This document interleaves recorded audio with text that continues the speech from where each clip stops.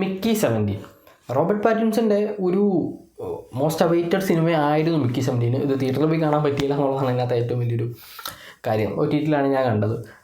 ഒരുപാട് കാലം ഡിലേ ആയിട്ട് ഫൈനലി തിയേറ്ററിൽ റിലീസായ ഒരു സാധനം. പക്ഷേ ഭയങ്കര ലോസാണ് ഈ സിനിമയ്ക്ക് ഉണ്ടായത് എന്നുള്ളതാണ്. കാരണം ഈ പറയുന്ന പോലെ ഈ ഒരു സിനിമ കാണാനായിട്ട് അധികം ആൾ വന്നില്ല. ഭയങ്കര ഒരു മോശം റിവ്യൂ വരുന്നു സിനിമയ്ക്ക്. അത്രയും വലിയൊരു ഡയറക്ടറിൻ്റെ സിനിമ വരുന്ന സമയത്ത് ഇത്രയും എന്തുകൊണ്ട് ഇത് വന്നു എന്നുള്ളത് ഒരു ഭയങ്കര ഇതായിരുന്നു.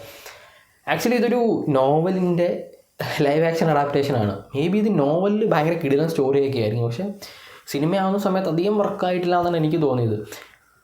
പ്രധാന പ്രോബ്ലം എന്താണെന്ന് വെച്ച് കഴിഞ്ഞാൽ സിനിമയിലൊരു ഗുഡ് സ്റ്റോറി, ഒരു ഭയങ്കര സ്ട്രോങ് സ്റ്റോറി ഇല്ല എന്നുള്ളതാണ്. വളരെ ചെറിയൊരു സ്റ്റോറിയാണ്. നമ്മൾ ഇതിനു മുമ്പ് പലയിടത്തും കണ്ടിട്ടുള്ള ഒരു സ്റ്റോറി പോലെ തന്നെ ഒരു ചെറിയ സ്റ്റോറിയെ ഭയങ്കര വലിയൊരു സിനിമയാക്കി വെച്ചിരിക്കുന്നു. അതാണ് ഇതിനകത്ത് ഏറ്റവും വലിയ കുഴപ്പം. 2-2.5 മണിക്കൂറുള്ള ഒരു സിനിമയാക്കി വെച്ചിരിക്കുന്നു. ഇതേപോലെ തന്നെ നമ്മൾ യൂഷ്വലി കാണാറുള്ള പോലെ തന്നെ ഭൂമിയിൽ നിന്നിട്ടും കുറേ ആളുകൾ വേറൊരു ഗ്രഹം തേടി പോകുന്നു.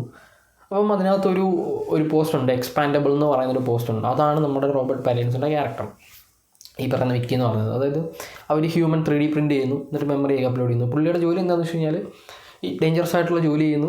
പുള്ളി എന്തെങ്കിലും അപകടം പറ്റി മരിച്ചു പോയാൽ ഇത് റീപ്രിൻറ്റ് ചെയ്ത് വരുന്നു. അങ്ങനെ അതാണ് മിക്കി 17, 17ാമത്തെ നമ്പറാണ്. 17 വട്ടം റീപ്രിൻറ്റ് ചെയ്തിട്ടുണ്ട്. അതാണ് മിക്കി 17 എന്ന് പറയുന്നത്. അത് കഴിഞ്ഞിട്ട് ഉണ്ടാകുന്ന കുറച്ച് ഇവൻറ്റ്സ് കാര്യങ്ങളൊക്കെയാണ് സിനിമയിൽ കാണിച്ചു പോകുന്നത്. ആക്ച്വലി ഒരു ഡീസൻറ്റ് ഫസ്റ്റ് ഹാഫാണ് സിനിമയ്ക്കുള്ളത്. ഈ ഫസ്റ്റ് ഹാഫിൽ ഞാനിങ്ങനെ ഒരു സാധനമൊക്കെ കൊണ്ടുവന്നൊരു ഇൻ്റർവെല്ലൊക്കെ പറയുന്ന സമയത്ത് ഞാൻ ചോദിച്ചു, ഓക്കെ സെക്കൻഡ് ഹാഫിൽ കിടിലൻ സാധനമായിരിക്കും ഈ പറയുന്ന പോലെ ഇവർ കൊണ്ടുവരുന്നത് എന്ന് ഞാൻ വിചാരിച്ചിട്ടുണ്ടായിരുന്നു. പക്ഷേ ഞാൻ പ്രതീക്ഷ പോലെ അല്ല സെക്കൻഡ് ഹാഫ് സിനിമയിൽ വന്നത്. അത് ഇങ്ങനെ കുറേ ഏലിയനെയൊക്കെ കൊണ്ടുവന്നിട്ട് വേറൊരു രീതിയിലേക്ക് പോകുന്നു.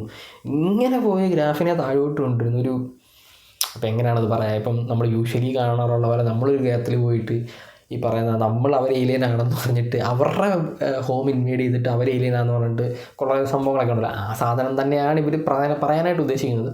അത് വേറൊരു രീതിയിൽ പറയുന്നു എന്നുള്ളതേ ഉള്ളൂ. പിന്നെ മാർക്ക് റഫലോയൊക്കെ ഉണ്ട് ഇതിനകത്ത്. മാർക്ക് റഫലോയുടെ ഒരു ഡീസൻറ്റ് ക്യാരക്ടറാണ്.